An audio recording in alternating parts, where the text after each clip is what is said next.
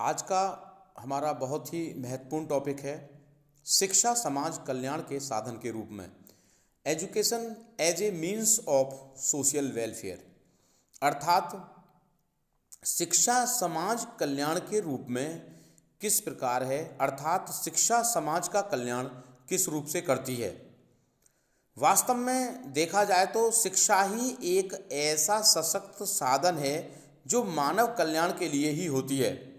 कोठारी आयोग ने भी कहा है कि यदि हमें राष्ट्रीय विकास की गति को तेज करनी है तो शिक्षा संबंधित एक सुलझी हुई दृढ़ और कर्तव्य पूर्ण नीति तथा शिक्षा में प्राण डालने उसमें सुधार करने तथा उसका विस्तार करने के लिए दृढ़ संकल्प से युक्त और प्राण में कार्यवाही करने की बहुत बड़ी आवश्यकता है।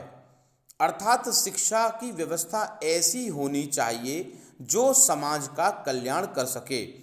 वास्तव में देखा जाए तो शिक्षा का सबसे बड़ा कार्य भी यही है कि समाज के मनुष्यों का कल्याण करना। इसलिए शिक्षा समाज कल्याण का एक सशक्त स्ट्रॉन्ग वे है जिससे मानव का कल्याण होता है। समाज कल्याण के लिए शिक्षा के कार्य। Functions of education for social welfare. पहला है प्रजातांत्रिक सिद्धांतों के प्रति आस्था। शिक्षा ही एक ऐसा सशक्त साधन है जो हमें डेमोक्रेसी बनाए रखने और उसके नियमों को सिखाने में बहुत अहम भूमिका रखती है। शिक्षा के द्वारा ही हम प्रजातांत्रिक मूल्यों की रक्षा करते हैं और उनका पालन करते हैं। दूसरा है धर्मनिरपेक्षता के प्रति आस्था। India is a secularism country. India एक धर्मनिरपेक्ष राष्ट्र है। यहाँ पर किसी भी धर्म को ऊंचा या नीचा नहीं देखा जाता है, बल्कि सर्व धर्म समभाव हैं। शिक्षा हमें यह सिखाती है जिससे हम सभी धर्मों को एक नज़रिए से देखते हैं। नेक्स्ट, शिक्षा सामाजिक न्याय के प्रति आस्था।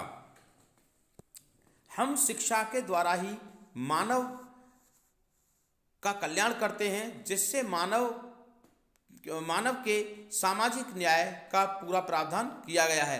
अर्थात शिक्षा के द्वारा ही सामाजिक व्यक्तियों को न्याय मिलता है। नेक्स्ट है राष्ट्रीय विकास। कोई भी शिक्षा हो वह राष्ट्र के विकास की उन्नति का मार्ग प्रशस्त करती है और शिक्षा ही राष्ट्र निर्माण की रीढ़ की हड्डी होती है, बैकबोन। क्योंकि हम जितने शिक्षित होंगे इतने ही हम अपने राष्ट्र का निर्माण कर सकते हैं, राष्ट्रीय विकास कर सकते हैं। अर्थात शिक्षा के द्वारा ही राष्ट्र का विकास किया जा सकता है। नेक्स्ट है राष्ट्रीय एकता की भावना का विकास, नेशनल इंटीग्रेशन। राष्ट्रीयता की एकता की भावना को विकसित करने के लिए शिक्षा अपनी अहम भूमिका रखती है।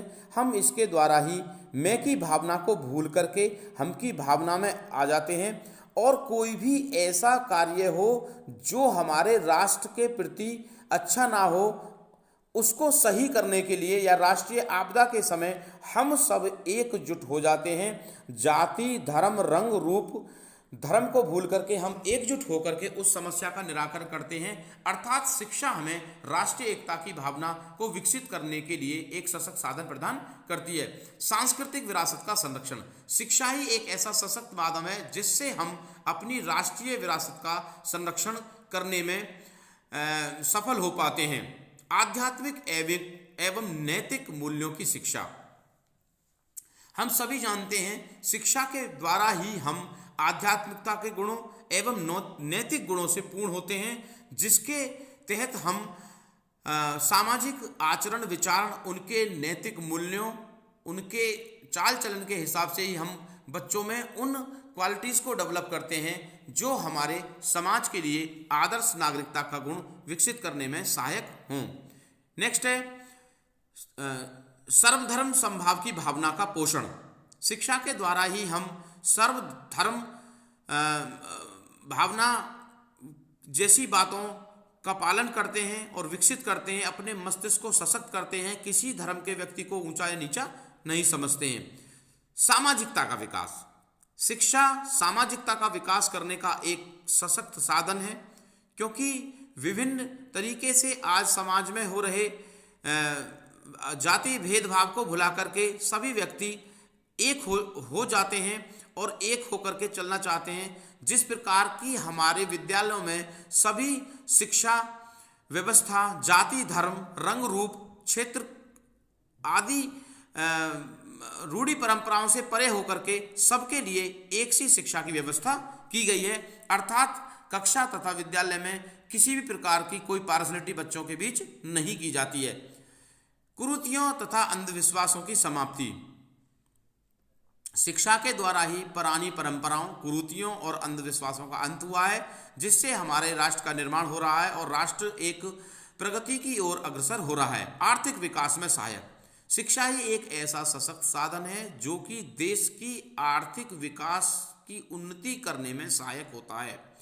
बेरोजगारी दूर करने में सहायक। शिक्षा बहुत ही महत्वपूर्ण साधन है। जो लोग शिक्षित होते हैं वो निश्चित ही बेरोजगारी जैसी समस्याओं से जूझते नहीं हैं, बल्कि बेरोजगारी समस्या को दूर करते हैं। लेकिन शिक्षित का मतलब यह नहीं है कि बस आपने रट लिया और आपने डिग्रियां ले ली। शिक्षित का मतलब है आप में वो स्किल्स, आप में वो क्वालिटी, आप में वो नॉलेज होनी चाहिए जिससे आप बेरोजगारी का दंश न झेलें। नेक्स्ट है भावात्मक एकता की क्षमता का विकास। शिक्षा के द्वारा ही हम में इमोशनल इंटीग्रेशन जैसी कैरेक्टरिस्टिक्स का डेवलपमेंट होता है और हम आचार विचार से ही नहीं बल्कि मन से किसी व्यक्ति के साथ होते हैं।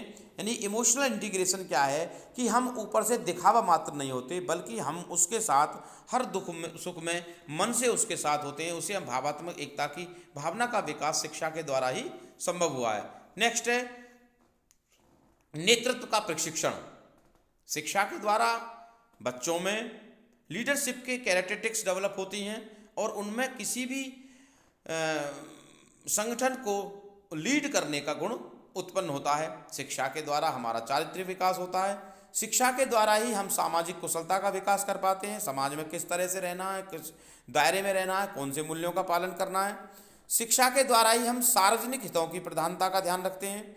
शिक्षा के द्वारा ही हम राष्ट्रीय प्राकृतिक साधनों का समुचित उपयोग करते हैं, क्योंकि हम जानते हैं कि हम अधिक मात्रा में राष्ट्रीय संपदा का दोहन करेंगे तो वो राष्ट्रीय संपदाएं एक दिन नष्ट हो जाएंगी।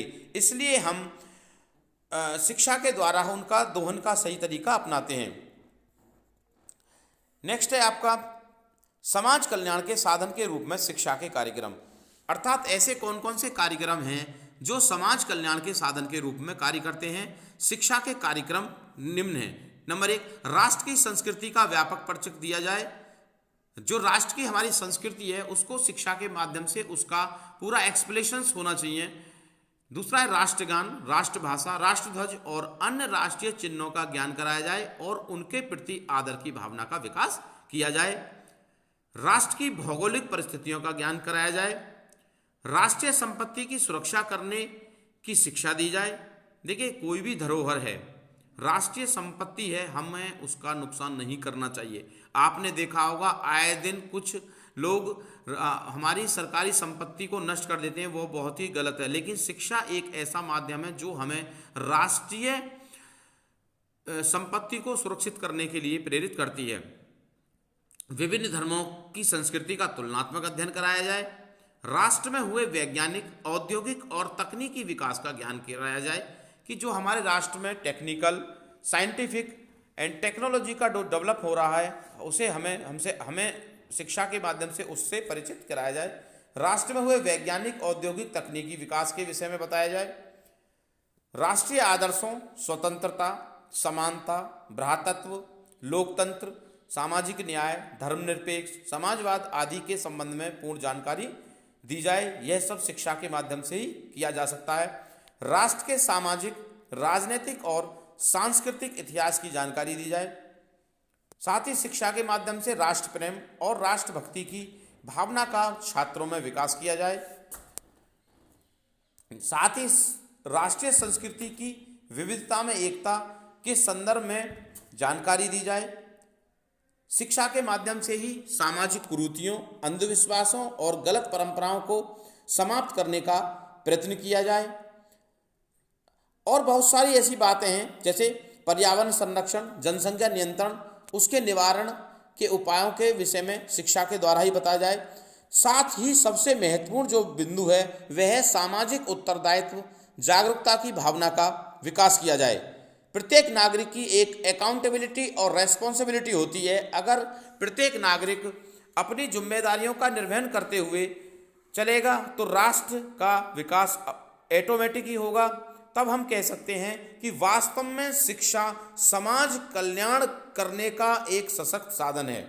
भारत में भी कुछ समाज कल्याण प्रशासन की व्यवस्था की गई है। Social welfare administration in India Bharat समाज कल्याण से संबंधित योजनाओं के क्रियान्वयन का उत्तरदायित्व केंद्रीय और राज्य सरकारों पर है। विभिन्न मंत्रालय समाज कल्याण के कार्यक्रमों को संचालित कर रहे हैं। 1979 में इसे मंत्रालय स्तर प्रदान कर दिया गया। सामान्यतः यह मंत्रालय महिलाओं, बच्चों और शारीरिक, मानसिक एवं सामाजिक रूप से विकलांग लोगों के लिए उत्तरदायित्व है।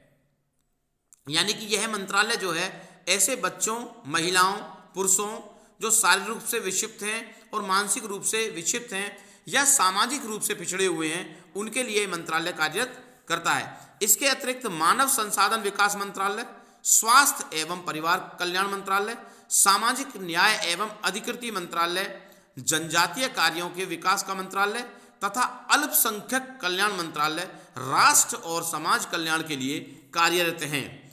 यानी कि यह सभी मंत्रालय समाज कल्याण के लिए कार्यरत हैं। केंद्रीय समाज कल्याण बोर्ड 1953 में स्थापित किया गया। समाज कल्याण के कार्यों के प्रति समर्पित है। बोर्ड की अध्यक्ष को भारत सरकार द्वारा देश की प्रमुख महिला समाज सेविकाओं में से नियुक्त किया जाता है,